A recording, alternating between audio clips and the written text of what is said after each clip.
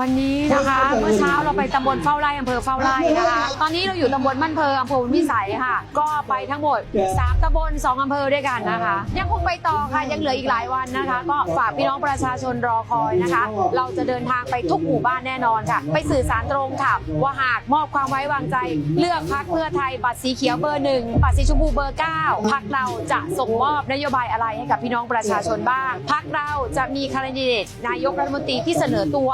เป็นผู้นำประเทศมีใครบ้างฝากติดตามด้วยค่ะเพื่อไทยทำได้ว้าทำให้ไทยยิ่งใหญ่ว้ายกระดับ30 บาทรักษาทุกที่ด้วยเทคโนโลยี AI เกษตรกรไม่จนประกันกำไร